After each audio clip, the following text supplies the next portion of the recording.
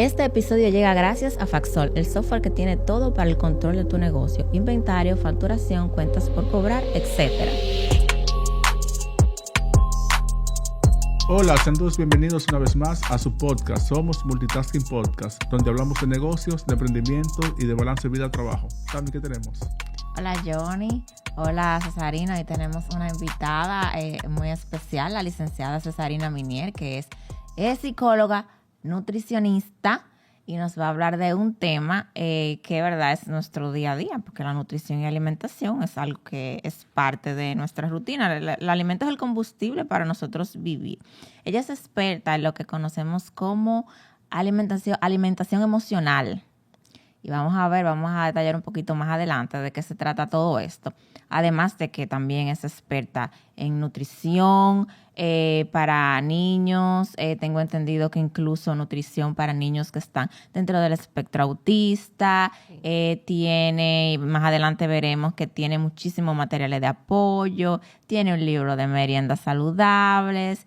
Es toda una multitasking, Cesarina. Bienvenida a tu podcast. Estamos muy felices de tenerte aquí. Muchas gracias por recibirme. Yo feliz también de compartir un poquito de contenido con la comunidad. Pues qué bueno, la verdad es que yo sé que va a ser de mucho provecho esta conversación de hoy. Y es una conversación que también es muy importante, ¿verdad? De cara a lo que estamos viviendo, lo de las fiestas, un año nuevo que viene, los planes que nos proponemos y demás. La alimentación adecuada es algo fundamental para un desarrollo correcto, ¿verdad? De nuestra vida de manera integral. Sí. Así es. Y yo tengo mucha curiosidad de aprender sobre eso de alimentación emocional. Okay. No sé también si queremos empezar por ahí. Sí, claro. O sea, vamos a primero entender a qué llamamos alimentación emocional. ¿Por qué le agregamos emocional a la palabra alimentación? Exacto. Me gustaría hacer un poquito de contexto. A mí me encanta comer y me encanta cocinar. Pero no siempre fue así. Yo tuve una época en la que tenía más de 200 libras. Tenía un sobrepeso importante porque no sabía comer, no tenía una buena relación con la comida. Y ahí es donde entra la parte emocional. Porque ciertamente los alimentos tienen un componente calórico y nutritivo con los nutrientes, pero hay una parte que es emocional y hay una parte que es social, porque uno siempre come en un contexto de interacción con otras personas. Y en esa interacción hay emociones, hay vínculos, hay afectos, pero de manera muy interna nosotros tenemos pensamientos, creencias, emociones respecto a la comida. Un ejemplo muy clásico. Cuando uno cumple años, ¿qué hay de por medio? Bizcocho. Un bizcocho. Cuando tenemos una reunión de trabajo, hay un café, un snack, hay una picadera. Cuando hay un trabajo que hacer en la universidad, nos juntamos en un lugar una de pizza. Comida.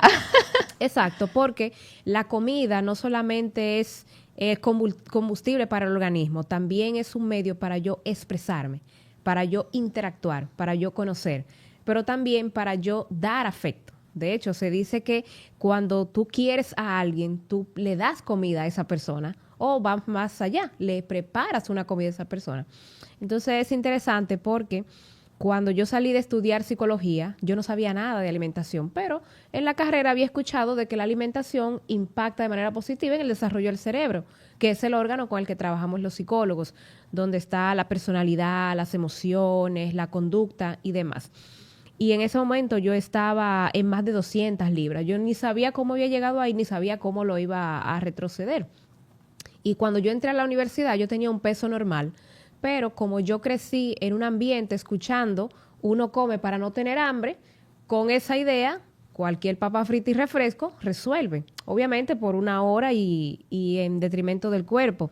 Entonces yo me desayunaba con una empanada, como el típico joven que va a la universidad. Almorzaba con una pizza y cenaba con un picapollo. Y llegué a más de 200 libras. Y cuando terminé la carrera, encontré un programa de nutrición que lo tenía la UNFU, que ya no está. Y fue muy interesante porque inicialmente yo me quería inscribir, pero me dijeron no, porque esto es para médicos. Y usted es psicóloga. Oh. Y yo le dije, no, pero déme la oportunidad, yo voy a hacer un esfuerzo. Es que usted no va a entender esos conceptos. Hasta que se cansaron y dijeron, bueno, vamos a cogerle el dinero, porque ya no va a aprender nada, y pero vamos a darle la para que se oportunidad. inscriba. Y fue muy bonito porque no solamente me ayudó a cambiar mi propia vida y a entender mejor el desarrollo de los niños y los adolescentes para poder hacer un buen trabajo, sino que luego yo formé parte del equipo que trabajó en ese diplomado, porque ellos no tenían contemplado la parte emocional y la parte social de la alimentación. Ese era un programa meramente técnico que no contemplaba la parte emocional. Y más allá, luego de ser parte de 4 promociones dando clases, se inscribieron como 3 psicólogos Mira qué a interesante. tomar clases, porque es que hay mucha psicología en la alimentación. Cada vez que yo elijo comer algo, eso pasa por un proceso mental y emocional que aunque tú no seas consciente, tú tienes creencias respecto a la comida. Tú tienes ideas respecto a la comida, tú piensas respecto a los alimentos y eso se gesta desde la infancia, incluso desde el embarazo o incluso antes, porque los padres le transmitimos nuestros hábitos a nuestros hijos. Yo crecí escuchando, siéntate ahí y cómete eso es lo que hay. Hasta que no te lo comas, no te pares. Y nosotros le decimos eso a nuestros niños y eso afecta la relación que tenemos con la comida, porque muchas veces comemos por complacer a otros, comemos porque comemos porque se ve bien, porque hay ofertas, pero no necesariamente porque yo tengo hambre, no necesariamente porque yo tengo la conciencia de que esos nutrientes de ese plato le van a beneficiar a mi organismo. Entonces, por ahí es que anda la psicología de la alimentación emocional. Entonces, eso de alimentación emocional, como que me suena a como que antojos dependiendo de mi mood emocional del momento. ¿Vamos por ahí? Sí y no, porque no necesariamente tiene que ser bajo un impulso que yo elija comer. No necesariamente tiene que ser por un estado emocional ansioso, depresivo o que haya aburrimiento. Está relacionado a que yo tengo conciencia de lo que estoy comiendo, que yo tengo conciencia de qué me hace eso en mi organismo. La mayoría de las personas no comemos con esa conciencia. De hecho, yo tengo una comunidad en WhatsApp donde hacemos encuentros en Zoom y estamos haciendo un ejercicio de comer de manera consciente, de desmenuzar ese alimento. Es decir, que no solamente yo lo tenga en mi mano, me lo come y me lo trague, sino que yo ponga mis 5 sentidos al servicio de esa experiencia, que yo lo huela, que yo lo toque, que yo pueda saborear los diferentes tonos de sabores, colores, texturas, que yo pueda ir un poquito más allá, quién lo preparó, en el estado emocional que me lo prepararon, porque quién no ha visto que nos damos un bocado y ponemos la lavadora. Nos damos un bocado mientras estamos manejando. Nos damos un bocado y estamos haciendo la tarea. Sí. Estamos en redes sociales. Entonces, eso daña la relación con la comida. Porque tú no te das cuenta del impacto que eso tiene. A nivel físico, afecta. Porque tú no sabes, como no estás conectado con tu cuerpo, no te das cuenta si eso es completamente saludable, si te estás excediendo en la cantidad. El tarro de palomitas se acaba antes de que comience la película. Sí. ¿Por qué? Porque la atención está en la pantalla. Yo no estoy siendo consciente, no estoy siendo presente, no estoy siendo intencional y disfrutar cada bocado. Si quedó más salado, si quedó más dulce, si está más crocante, si está más cremoso. Entonces, la idea de alimentación emocional es que pongamos nuestras emociones al servicio de esa experiencia, pero que también nuestras emociones nos lleven a tomar buenas decisiones. Wow, interesante. Esa sería como la idea. ¿Y qué tanto tú crees que afecte comer emocionalmente, así cuando estoy pasando por una depresión, que como sin pensar? ¿Qué tanto afecta eso al control de peso? Afecta mucho porque si yo no tengo conciencia no voy a tomar buenas decisiones. Y en ese momento, como no estoy conectada con mi cuerpo tampoco, no estoy reconociendo las señales, si estoy satisfecho, si esto tal vez no está en un buen estado y tal vez tiene un poco de descomposición y me lo voy a comer. Afecta mucho también porque no mido la cantidad y puedo elegir una opción que empeore mi estado emocional. Por ejemplo, algo muy azucarado, que tenga colorantes, que tenga conservantes, que sea una gran cantidad. Entonces voy a entrar en un círculo vicioso en el que en un estado emocional alterado, que estoy muy estresada, que estoy deprimida, que estoy ansiosa, voy a elegir algo que no solamente no me va a ayudar, sino que me va a empeorar el estado emocional. Entonces, una de las consecuencias puede ser desarrollar un sobrepeso o desarrollar otras alteraciones metabólicas, una diabetes, una hipertensión, incluso algunos tipos de cánceres. Porque si mi estilo de alimentación regularmente es más hacia lo procesado, porque como estoy en un estado emocional de poca conciencia, alterado, y no elijo con sabiduría, pues entonces voy a elegir cosas que me van a alterar el metabolismo, que me van a alterar las hormonas, especialmente nosotras las mujeres que somos más hormonas que otra cosa. Entonces eso me va a afectar de manera integral. Entonces, si yo no estoy bien emocionalmente, no voy a elegir bien los alimentos, pero entonces eso también puede repercutir con mis relaciones, porque como no voy a estar en presencia, no voy a estar equilibrada emocionalmente, pues entonces puedo que ofenda a alguien, puede ser que me aísle a la hora de comer, puede ser que rechace algo que tú me estás dando. Entonces, en un estado de malestar se van a afectar las relaciones porque ya no voy a estar tan disponible, no voy a tener tanta energía, no voy a estar tan dispuesta o ser tan productiva con mis actividades. Y entonces, un círculo vicioso. Sí, tú sabes que yo digo que hay comidas que me dan paz. Sí. Es como un tipo de antojos. ¿Y cuáles son? Pero por lo general, esa comida que me dan paz es como que en los momentos de ansiedad y de estrés, yo me antojo de esas cosas con calorías que tú sabes que no son tan como... Que al paladar son sabrosas. Exactamente. Entonces, es como el stress food. Por ejemplo, una semana muy difícil, a mí se me antoja una hamburguesa con papas. O en mi semana del periodo se me antojan muchas donas y chocolates. Entonces, ¿qué emociones son las que nos llevan a antojos? En tu experiencia como psicóloga, cuáles son las emociones que nos llevan a este tipo de antojos calóricos? Ahí mismo están. Está el estrés, está Ajá. la ansiedad, está la tristeza, a veces está el miedo, puede que esté el enojo también, en un estado en el que yo estoy alterado, porque recordemos que la alimentación no solamente satisface una necesidad biológica de supervivencia, sino también que estimula centros de placer en el cerebro. Entonces, en un estado en el que yo me siento alterada, comer algo que me genera satisfacción, placer y una emoción positiva, pues entonces mi cerebro me lo va a pedir. Y si a eso tú le agregas toda la estimulación que tiene el entorno de esa oferta con el queso que está chorreando, de ese queso en el borde, de esa facilidad de un delivery, del autoservicio, entonces eso dificulta que yo pueda no solamente elegir una opción saludable, sino que yo pueda detenerme para yo identificar qué me está causando esa emoción. Porque el problema no es que yo solamente elija una opción que no sea saludable, el problema es que yo no estoy resolviendo de base lo que me causa esa alteración. La causa raíz. En particular, en el momento del periodo. El cuerpo de la mujer está en un proceso de transformación porque se puede estar preparando para un posible embarazo, que es un trabajo metabólico sumamente retador. Entonces el cuerpo está cambiando.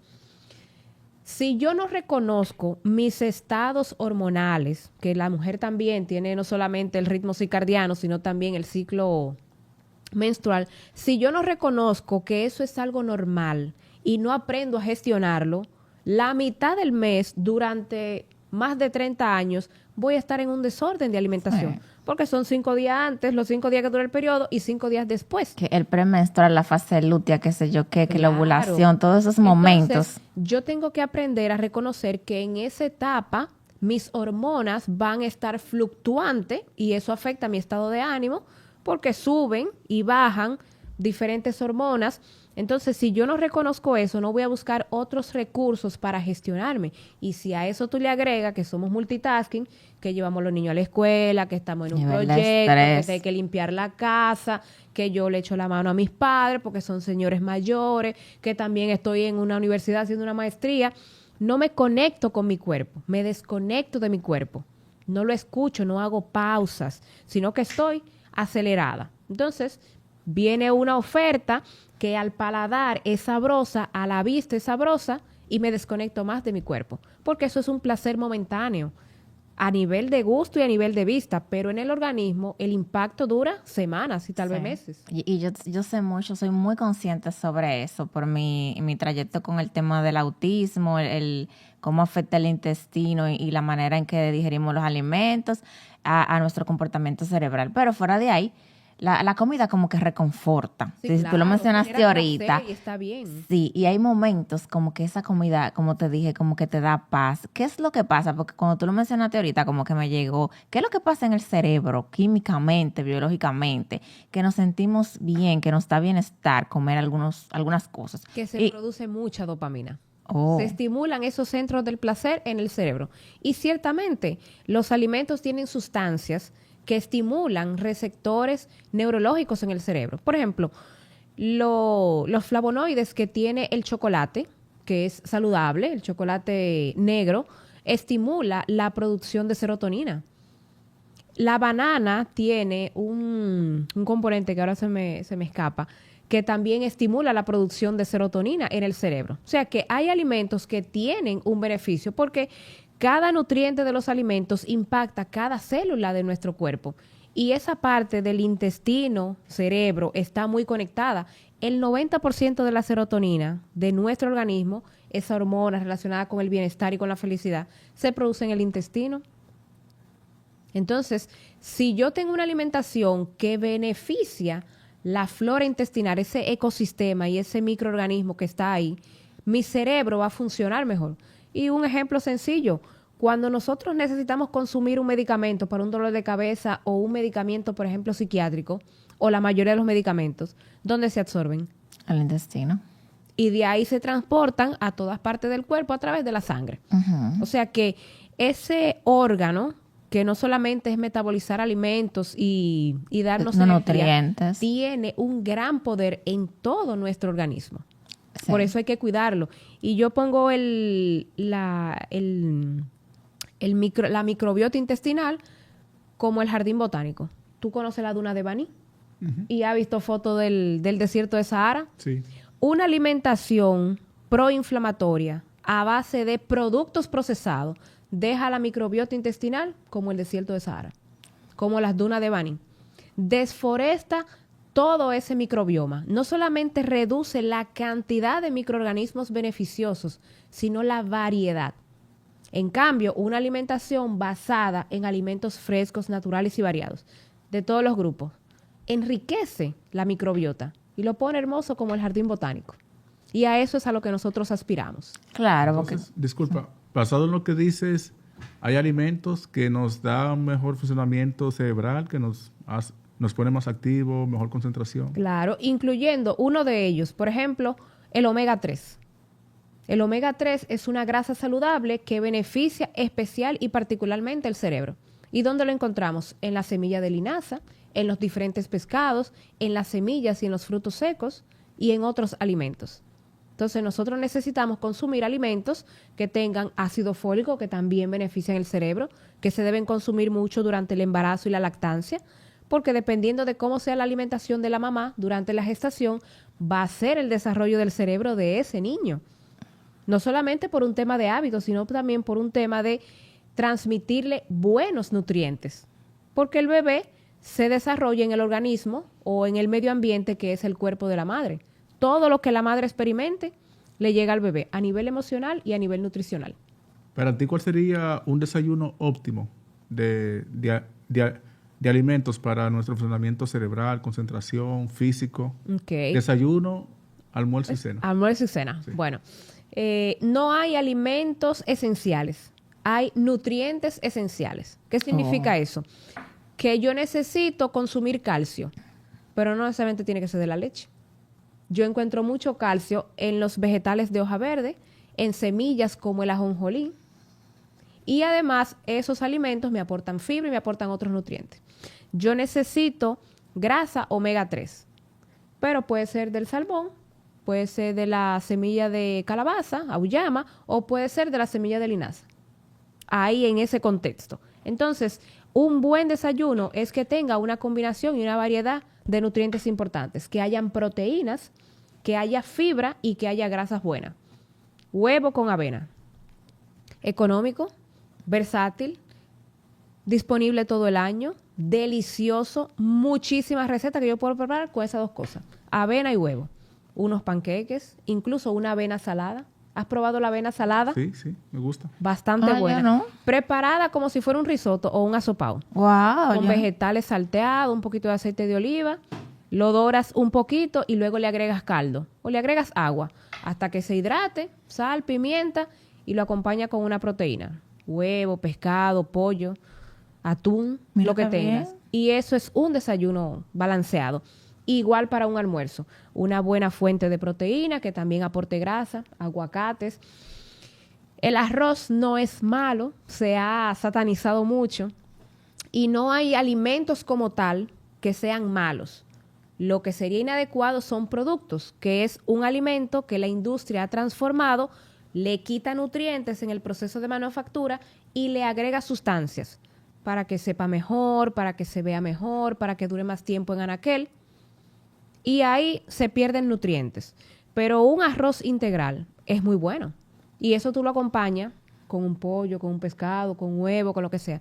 Y le agrega unos vegetales. Para la noche, algo parecido, dependiendo de la persona. Como en nosotros funciona también el ritmo circadiano, esas hormonas que cambian según sea la hora del día. Cuando es de día producimos más cortisol, cuando es de noche producimos más melatonina porque nos estamos preparando para dormir, el metabolismo se hace más lento. Entonces la alimentación de la noche debería ser más amigable para ese proceso digestivo y para pronto irme a dormir. Entonces una buena opción de cena sería más vegetales y una porción de proteína, que puede ser un par de huevos hervidos con un puré de auyama, con una zanahoria, con un pepino, con un brócoli, con una coliflor, con una zanahoria. Esa sería una buena cena. Pero Suena hay rico. otro elemento que no puedo pasar por alto, que es la parte emocional y la parte social. ¿Qué yo hago diciéndole a un paciente que tiene escasos recursos o que tiene limitaciones que no pueda comer fruta de noche? Porque la fruta es un carbohidrato que aporta energía de rápida absorción y que es mejor consumirlo durante la mañana. Porque esa energía yo la voy a usar para el trabajo y para la escuela. ¿Y si él no tiene otra cosa para cenar? Que no Le sea una voy a dar el batida. estrés, le voy a dar el Ujú. estrés. Ay, me dijeron que no se puede comer fruta de noche. Depende de la persona, depende del contexto. Yo le puedo explicar, es una mejor opción un puré de auyama con un par de huevos que 2 bananas, que 2 guineos maduros. Pero si usted no tiene otra cosa, adelante, mientras nos vamos organizando y buscamos otras opciones. Pero metabólicamente, una buena opción sería más vegetales y proteínas. E idealmente, tratar de no pasar de las 6 de la tarde. Porque cuando baja el sol, que el cerebro identifica que ya no está la luz natural del sol, comienza a producirse melatonina. Yo me estoy preparando, mi cerebro se está preparando para dormir, por lo que el metabolismo se hace más lento y la digestión, por supuesto. Entonces, si son las 7 de la noche, las 8 o las 9 y tenemos un mangú con salami, con huevo, ¿a qué hora el intestino va a dormir? A la 1 de la noche y se afecta el sueño. Ay, Johnny, nosotros di que cenar after podcast.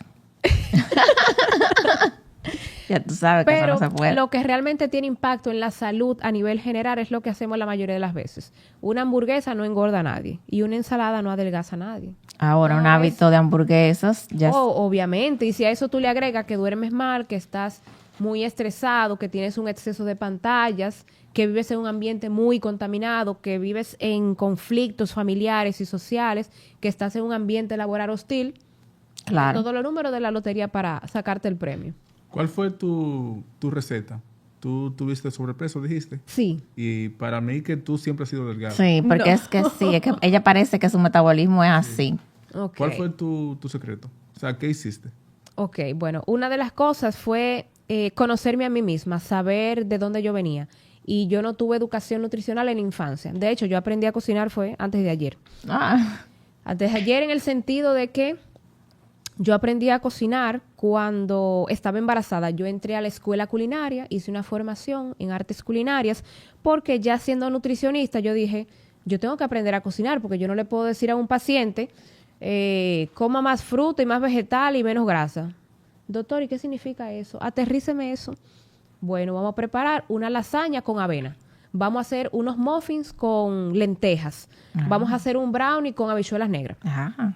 Entonces, conocerme me ayudó bastante porque yo crecí con mensajes contradictorios y yo no entraba a la cocina de mi casa. A mí me limitaban, siéntate ahí y comete eso. Yo no conocía el alimento, no interactuaba con él, no participaba. Entonces, cuando yo decidí hacer esta transformación, yo comencé a conocerme. ¿Qué alimentos a mí me satisfacen mucho? ¿Qué me prenden? ¿Bajo qué circunstancias yo elijo determinados alimentos? ¿Cómo se comporta mi cuerpo con este tipo de alimentos? ¿Qué a mí me gusta? Yo soy muy dulcera. A mí me encantan los dulces. Y yo tengo momentos emocionales, aunque yo soy psicóloga y nutricionista, yo tengo mi psicólogo y voy a darme mi mantenimiento. Y tengo un nutricionista también. Entonces, el primer paso fue conocerme. ¿A qué yo estoy expuesta? Porque duré 24 años de mi vida no sabiendo nada de alimentación. Y eso tiene un impacto porque todavía yo tengo creencias limitantes. De vez en cuando yo tengo que pararme, hacer una pausa y decirme, Cesarina, ya tu cuerpo está satisfecho, no comas más, no se va a acabar, mañana va a haber. Porque en mi mente inconsciente de hace años me decía, come más porque se va a acabar. Cómete otro chin por si mañana no hay. Entonces yo tuve que trabajar emocionalmente para desmontar esas creencias. Y luego fue entonces identificar alimentos que sean buenos, preferiblemente que sean naturales, mínimamente procesados, porque, por ejemplo, un zumo de naranja que no tenga azúcar, que no tenga agua, que solamente sea el extracto de la fruta, no es saludable.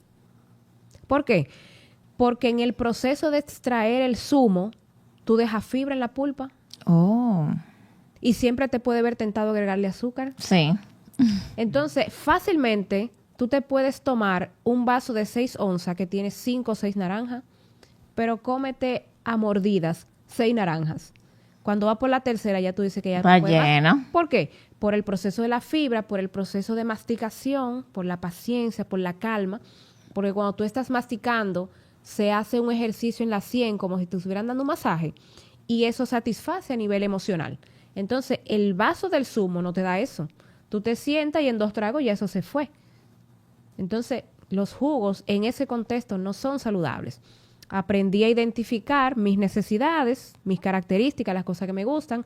Aprendí a reconocer alimentos y a diferenciarlo de los productos. Y aprendí a cocinar. Porque el hecho de que sea saludable no significa que sea aburrido o que sea sin sabor, insípido o que esté feo. Al contrario, una comida saludable puede verse muy bonita. Estética. Que debe verse muy bien. Debe tener un buen sabor, un buen olor, un buen equilibrio, que tú realmente lo disfrutes. Que no sea la semana entera lechuga, tomate y pollo a la plancha. Porque ahí es donde entonces uno cae en el aburrimiento. Porque la variedad es una necesidad natural del ser humano. Las mujeres jugamos mucho con eso, cambiándonos el color del pelo y el maquillaje y las cosas. Pero nosotros necesitamos variedad. Y si no tenemos esa flexibilidad, entonces el cerebro se resiste y cae en la oferta. 3x2, 2x1. Pero si tú conoces el alimento, tú lo preparas en casa lo más parecido posible. Una hamburguesa con lentejas, con garbanzos. Y sabe muy rica, yo la he comido. Muchísimas cosas. Muchos postres saludables también. Entonces, tu secreto fue ese, conocerte a ti misma. Conocer los alimentos. Y aprender a cocinar. Y eso fue comer saludable. Y después que ya yo tenía, porque esos son elementos internos, propios. Luego fue influir positivamente en el entorno, porque yo puedo influir en el entorno, pero el entorno también me influye. Sí. Porque yo estoy en un ambiente queriendo comer saludable, pero todos mis compañeros compran en la fritura de la esquina. Una tentación. Piden un plato del día. Entonces, ¿cómo yo puedo solfear esa ola de cuidarme a mí y no caer odiosa con mis compañeros? Ahí viene la nutricionista que come verduras, que me lo han dicho. ¿Cuál fue tu secreto ahí? Aceptación, saber que somos diferentes y que en algún momento yo puedo compartir. Hay momentos, por ejemplo, yo trabajo en un colegio y estamos en festividades navideñas y los niños tienen sus actividades. Yo me encuentro a los niños en el pasillo que me dan un cupcake y yo le digo que muchas gracias y me como un poco y viene una maestra y me prepara un plato grande y yo lo acepto, le digo gracias y me lo puedo llevar, pero yo sé que eso va a durar como 3 días en mi casa, un chin ahora y un chin ahorita. Con equilibrio. Exactamente. El equilibrio es muy importante porque donde hay rigidez como una vara de guayaba, se rompe. Ujú. Pero la almohada tú le puedes dar y le da y le da y le da y le da y es flexible y lo Mira, resiste. muy interesante. Tú sabes que ahora que tú mencionas colegio y niños, ¿es posible proveer una buena alimentación a los niños? Es necesario. Es posible y necesario. Es posible y es necesario. ¿Qué pasa con el niño? El niño no tiene conciencia de qué es comer saludable. Al niño, ¿qué le interesa? Jugar. Al niño le interesa que se vea bonito y que sepa rico.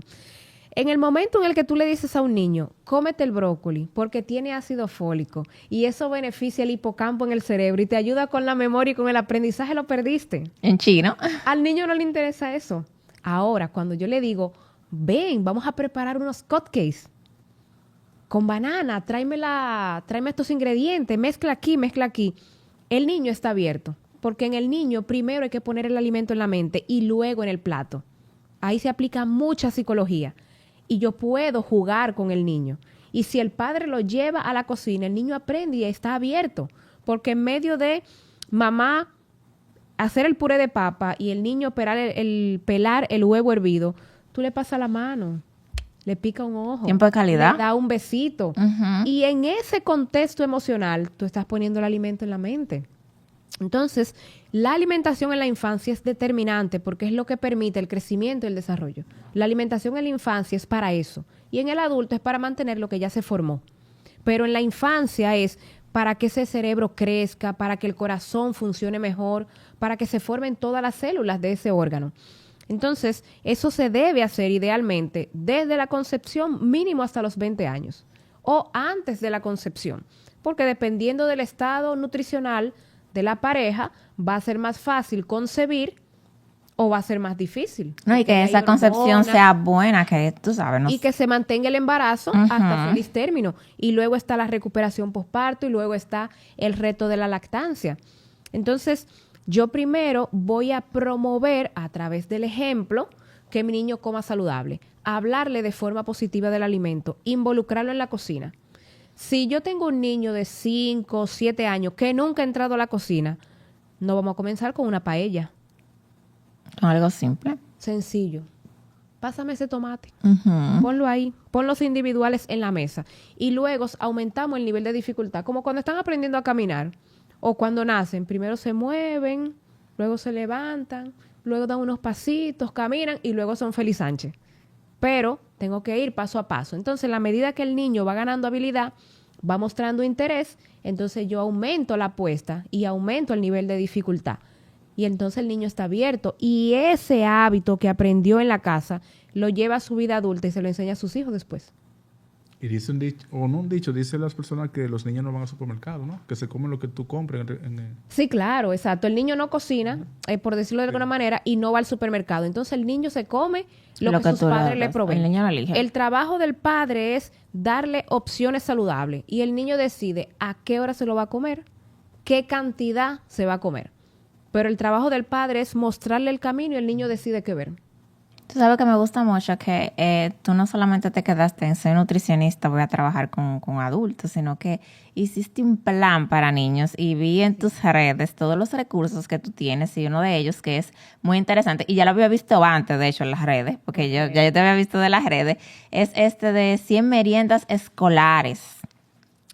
100 meriendas. Háblanos, please, ¿cómo surgió eso? La verdad es que esto es un material de apoyo muy bueno. ¿Cómo podemos conseguirlo? O sea, ¿qué beneficios tú has visto? ¿Qué testimonios tienes? Ok. Nació del corazón de una mamá para darle un abrazo a otra mamá. Cuando yo estaba embarazada, lo que menos yo quería era pasar horas en la cocina cocinando. De hecho, la mayoría de las recetas que están aquí son cosas de 15 o 20 minutos. Mezclar un par de ingredientes y nos fuimos. Excelente. Entonces, cuando tenemos niños en etapa escolar, el tiempo es corto. Muy. Especialmente desde que tú te levantas hasta que llega al colegio. Eso pasa rapidísimo y hay que dedicarle un tiempo a los tapones. Sí. Entonces, en el camino, ¿dónde está la media? Empacaste la mochila y la lonchera. Entonces, ya el padre tiene estrés por otras cosas. Entonces, vamos a simplificarle esto porque darle dinero para que compren la cafetería no es una opción. Comprar productos en el supermercado para poner en la lonchera no es una opción porque no es saludable. No le aporta nutrientes al desarrollo de ese cerebro que va a pasar 5 horas en un aula de clase escribiendo en la pizarra, que debe permanecer sentado, que debe esperar turno, que debe hacer transiciones entre una actividad escolar y otra. Entonces, estas opciones son nutritivas para el cuerpo del niño, pero visualmente son atractivas también, porque aquí lo que hay es muffins, galletas, sándwiches y recetas similares. Para el padre es amigable porque se preparan rápido, porque son ingredientes comunes, porque son económicos. ¿Qué cuesta el huevo? La avena, la batata. Es parte de nuestra despensa. Exacto. Entonces, incluso hay una receta que mi hijo dice que él no come lentejas y que él no come garbanzos. Pero yo tengo una que es muy popular, que es unos muffins con garbanzos. Y esa está en la cuenta también en las redes. Y él me dice, yo no como garbanzos, pero se los come. Entonces, la retroalimentación de los padres ha sido eso, de que ha sido muy amigable para ellos tener opciones y variedad, porque a veces los niños se cansan. Ay, otra vez la avena. Ay, otra vez el puré. Pero también no solamente es variedad de diferentes alimentos, sino el mismo alimento preparado de forma distinta. Hubo una mamá que me dijo, mi niño me dijo, ay, otra vez plátano maduro con queso. Yo le dije, está bien, le podemos dar otros alimentos. Pero si tenemos ese mismo, vamos a hacerlo solo de forma diferente. Un día, el plátano maduro en trozos con el queso en cubitos. Luego vamos a hacer con ese plátano maduro un puré. Y le vamos a poner el queso rallado y vamos a hacer como unas bolitas y lo vamos a poner en la air fryer. Ya se ve diferente. Sí. Pero entonces, así mismo, vamos a ponerlo en un molde de muffin para que tenga otra forma. Sí. Y si tú juegas con la forma y juegas con el tiempo, el niño no se da cuenta que está comiendo lo mismo. ¿Por qué? Porque el lunes se lo da para el desayuno en la casa. El martes se lo da para la merienda en la escuela. El miércoles se lo da para la merienda de la tarde. Y él cree que está comiendo cosas diferentes. Y al final del día es el mismo presupuesto para el papá, es el mismo tiempo para la familia, es el mismo alimento saludable, pero el niño siente que está comiendo distinto. Entonces, está de forma gratuita en nuestra página de Instagram, Cesarina Minier. Ahí en la descripción está el enlace y lo pueden descargar gratuito. Excelente. Muchas Dale, gracias. descárgalo. Sí, yo entré y ya lo descargué cuando estábamos allá afuera. Para Claro. que te ayude con Emilio y Milan. Claro. Y está dividido, se llama 100 meriendas escolares, pero es un nombre meramente estratégico, porque las recetas que están aquí funcionan para cualquier Todos. comida del día y para cualquier miembro de la familia. Hay 50 opciones que son para los desayunos en casa, que por la forma de prepararlos son más amigables porque estamos en casa, más cómodo y más tranquilo. Y las otras 50 son opciones para la merienda, pensando también en esos niños que se quedan jornada extendida en la escuela y yo necesito una merienda que me aguante la tarde. Ujú. Entonces son opciones que logísticamente son amigables para que el niño la manipule, para que puedan aguantar el cambio de temperatura, del tiempo. Y que se mantenga no igual de derramen en la linda. lonchera. Entonces, es un recetario bastante amigable y la idea es apoyar a los padres porque ya tenemos mucho estrés con el costo de los libros, ¿verdad? Con que son varios niños y entonces queremos transmitirle paz con Claro. otras opciones. Aquí de madre a madre, eso fue un trabajazo que tú hiciste. Eso es un gran aporte, la verdad, claro. Bueno, sí, fue un aporte bonito. Yo lo sentí bonito. Muy bonito. Pero no sentí que fue un gran trabajo. Porque yo tengo mucho tiempo pensando cómo yo podía hacer esto. Pero no sabía en qué formato lo iba a poner. Una amiga me presentó Canva, la otra me presentó Linktree. Y digo yo, bueno, pues aquí está. Y creo que como en una semana salió. Porque las recetas no son tan diferentes. Por ejemplo, una de las opciones que hay aquí que predomina son los licuados. Un licuado es diferente a un jugo o a un zumo. Por ejemplo, yo tengo la chinola, lo licúo con agua, hay una parte que se queda en el colador, que es la fibra importante, Ujú. y siempre le agrego azúcar. Pero con un licuado yo tengo la fruta entera y una leche vegetal o la leche que el niño consuma, lo incluyo todo y nada se pierde de la fruta. Entonces, ese licuado, un día es de banana, otro día es de fresa, otro día es de lechosa, otro día de zapote, otro día es de piña, otro día es, qué sé yo, de mango.